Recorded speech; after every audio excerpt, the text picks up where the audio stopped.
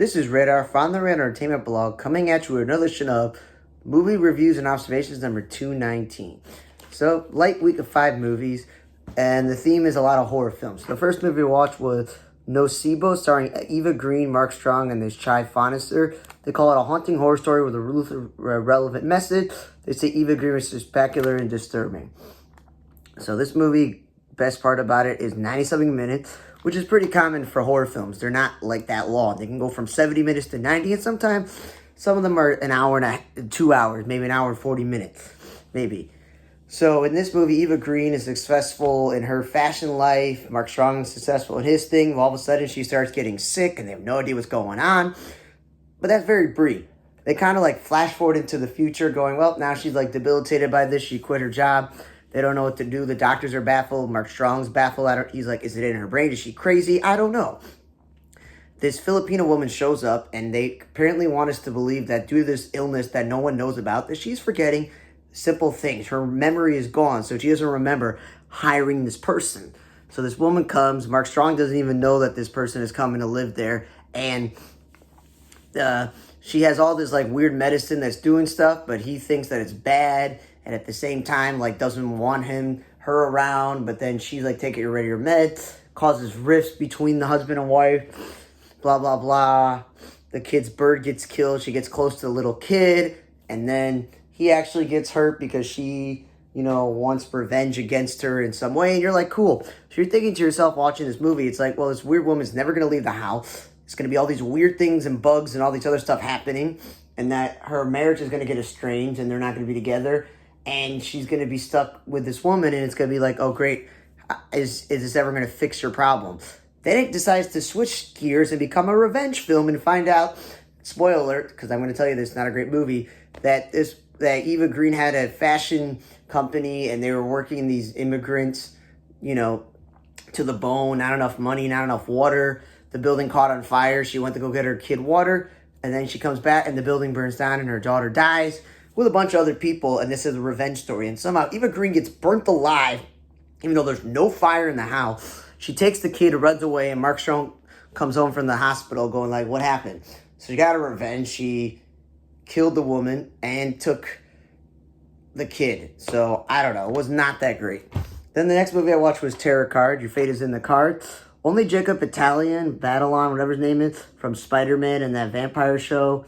Don't remember anyone else in this movie. Again, barely 97 minutes. So, and I know someone very in particular would tell me that tarot cards do not predict your future. It's just how you read them and all this other stuff. And apparently the way this movie was, they find the weird old tarot cards that doesn't belong to them. Because apparently if you read someone else's tarot cards, it spells doom for you. And all their deaths come true with the cards that they pull.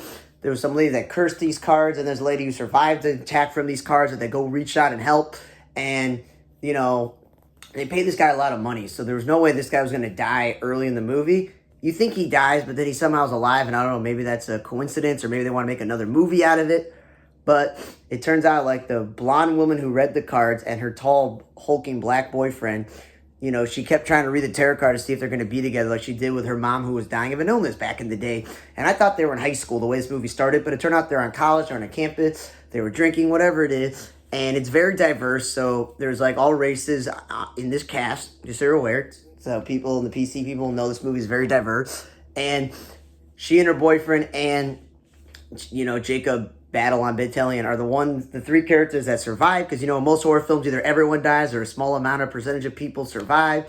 And, yeah, and then it just ends with them, like, I don't know, somehow turning the curse around, and the lady who cursed the cards with reading her tarot, and it burns up and dies. Yeah, no, not that great of a movie. Then I watched a movie Stop Motion where it says, bring your nightmares to life. Hellish immersive experience, which is dark and twisted. Stop motion. Again, barely 90-something minutes, not that great. And really what this is this woman is all she's ever done is stop motion, making this stuff. And her mom's like the writer, producer, director and all this. And then her mother's overbearing. She's got a boyfriend, husband, fiance. They don't really say what it is. And I don't know if it's her sister-in-law or just her boyfriend's sister.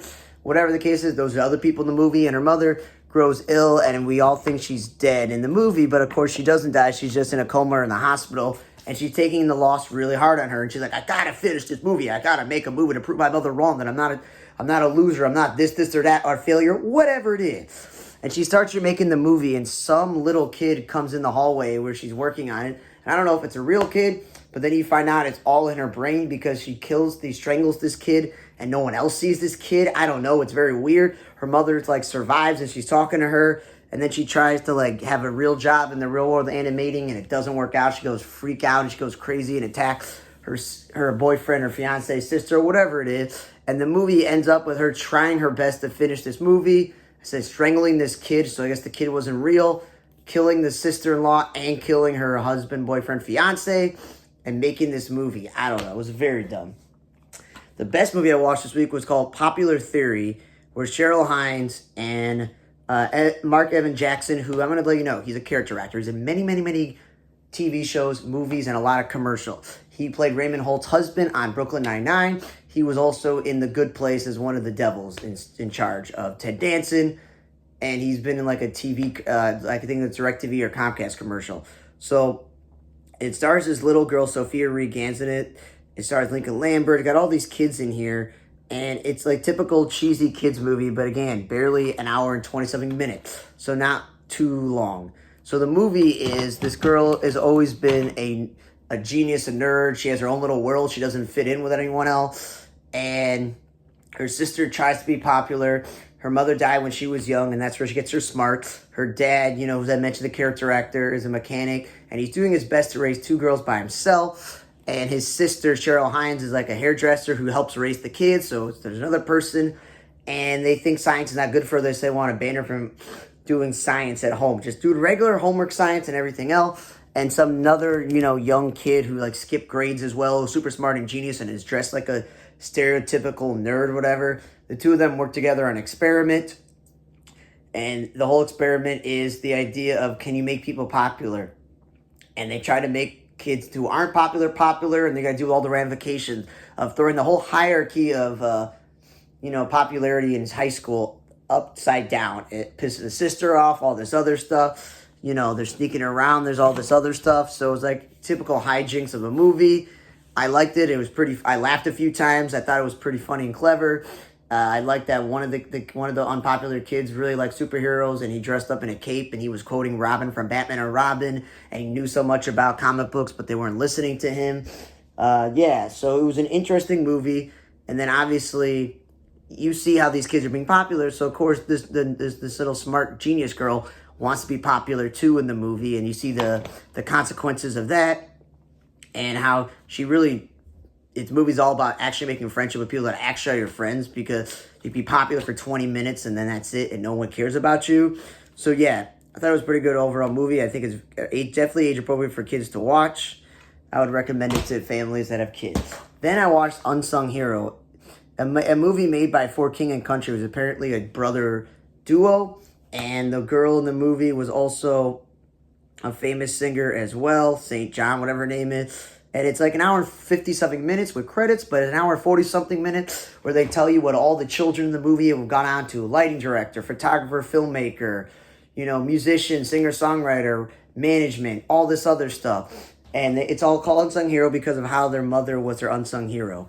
The grandfather of the movie, I saw him in Resident Alien as an alien hunter, and I saw him in Emergence as a rich guy. So I've seen this guy before, so I'm guessing he's Australian because it's Australian, and they did a good job because the father and the mother look like the real life father and mother. Same thing with the girl, and it's Dove approved, so it's like a Christian-based movie. It's age appropriate.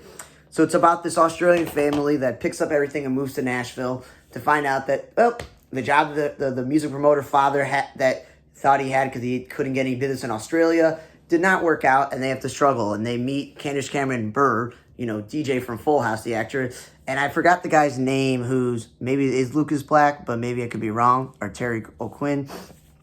But he's this typical white character actor that I've seen before, and he's like, I guess, a musician. He's well off. You would think from the moderately sized church, and then you see how big their house is, and they're helping out with groceries and Christmas presents. And they start off with, lawn service and cleaning services, and they try to do their best to make ends meet. So it's a good, family story that's age appropriate about, families who just tried everything possible at the lowest level financially, and they're just trying to push their way up.